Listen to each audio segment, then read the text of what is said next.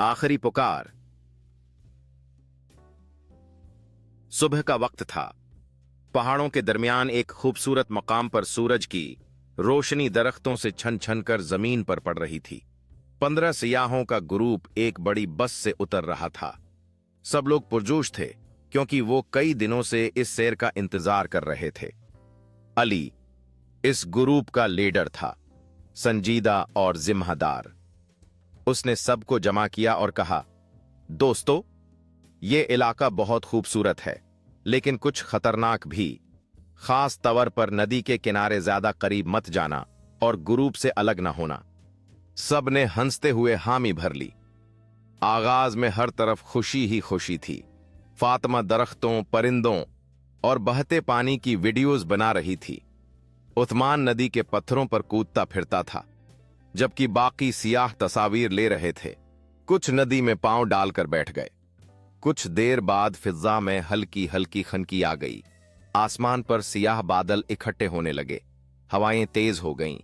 अली ने फौरन सबको जमा किया और कहा, मौसम ठीक नहीं लग रहा, वापस चलते हैं। मगर उस्मान हंसते हुए बोला, अभी तो टूर का आगाज हुआ है, ऐसे कैसे वापस। इतने में बूंदाबांदी शुरू हो गई। कुछ सियाह नदी के दरमियान एक बड़े चट्टानी टुकड़े पर बैठे थे जहां पानी नीचे से गुजर रहा था। उन्होंने वापस आने की कोशिश की मगर अब पानी का बहाव पहले से कहीं तेज था। अली ने ऊंची आवाज में पुकारा, जल्दी वापस आओ, पानी बढ़ रहा है। लेकिन देर हो चुकी थी। कुछ ही लम्हों में नदी का पाट चौड़ा हो गया और पानी एक शोर के साथ बहने लगा। वो सब सियाह नदी के बीच फंस चुके थे। बाकी किनारे पर खड़े थे मगर सब खौफजदा। लोग इधर उधर भागने लगे। किसी के पास रस्सी थी, न कोई अमदादी सामान। सियाह मदद के लिए चीखने लगे, किसी को बुलाओ, हमारे लिए कुछ करो, हमें निकालो यहां से। एक छोटा लड़का उम्र में शायद 10 साल खौफ के मारे अपनी बहन के साथ चट्टान से लपट गया था। अचानक उस्मान ने कहा, मैं तैर कर जाता हूं, उन्हें खींच लाऊंगा। अली ने उसे रोका, नहीं उस्मान, यह खुदकुशी होगी। लेकिन उस्मान ने किसी की न सुनी। जैसे ही वो पानी में कूदा, एक तेज लहर ने उसे लपेट में ले लिया। सिर्फ एक चीख सुनाई दी और फिर खामोशी। ये मंजर सबके लिए धचका था। फातिमा की आंखों से आंसू बहने लगे। हम कुछ नहीं कर पा रहे। बारिश अब तेज हो चुकी थी, बिजली गरज रही थी, दरख्त झुक रहे थे और नदी का पानी मजीद वहशी हो चुका था। एक लड़की की चीख निकली जब उसका पैर फिसल गया। अली ने दौड़कर उसे पकड़ने की कोशिश की, मेरे हाथ को पकड़ो। हिम्मत न हारो थी। लड़की रो रही थी, मुझे मत छोड़ना, मुझे मत छोड़ना। पानी ने दोनों को गिरा दिया। अली ने उसे धक्का देकर चट्टान पर फेंका, खुद नीचे गिर गया। लड़की बच गई मगर अली पानी में गायब हो गया। अब सिर्फ 12 लोग बाकी थे। एक एक करके नदी के बीच फंसे लोग तेज पानी की नजर होने लगे। कुछ ने चीख चीख कर अपनी मां को याद किया, किसी ने दुआ मांगी, किसी ने खामोशी से आंखें बंद कर लें। किनारे पर मौजूद सारा अपने घुटनों में सिर देकर रो रही थी। वो बस दुआएं मांग रही थी, या अल्लाह सिर्फ एक मौका दे दे, सिर्फ एक। पानी की शिद्दत ने सब कुछ निगल लिया।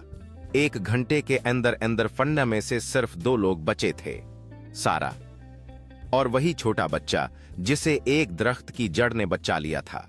जब रेस्क्यू टीम पहुंची तब पानी का बहाव कम हो चुका था मगर देर हो चुकी थी। एक जवान रेस्क्यू एहलकार ने सारा से नजरें चराते हुए कहा, हमें माफ करें, हम वक्त पर नहीं पहुंच सके। सारा की आंखों में आंसू थे, काश हम वक्त पर वापस आ जाते। अली ने खबरदार किया था। वक्त गुजरता गया। पहाड़ दोबारा खामोश हो गए। नदी का पानी मामूल पर आ गया लेकिन वहां एक खामोशी छा गई थी जो कभी नहीं टूटनी थी। 1 साल बाद इसी जगह एक छोटा सा मेमोरियल बना। सारा अब स्कूलों में जाती है और बच्चों को सिखाती है कि कुदरत की ताकत से न टकराएं।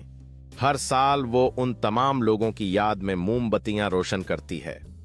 उसने एक स्कूल में तकरीर के दौरान कहा, यह हादसा हमें सिखाता है कि जब कुदरत का पैगाम आए, बादल, आंधी, बारिश, तो उसे संजीदगी से लें। यह सिर्फ पानी नहीं था, ये आजमाइश थी और हम हार गए। खात्मा, अंजाम। ये कहानी हमें सिखाती है कि इंसान कितना बेबस है जब कुदरत हरकत में आती है। जिंदगी कीमती है और एहतियात सबसे बड़ी अक्लमंदी। अल्लाह के अजाबों को हल्का न समझें और जहां जाना हो वहां की मुकम्मल मालूमात रखें। जिंदगी एक कीमती तोहफा है, इसकी कदर करें।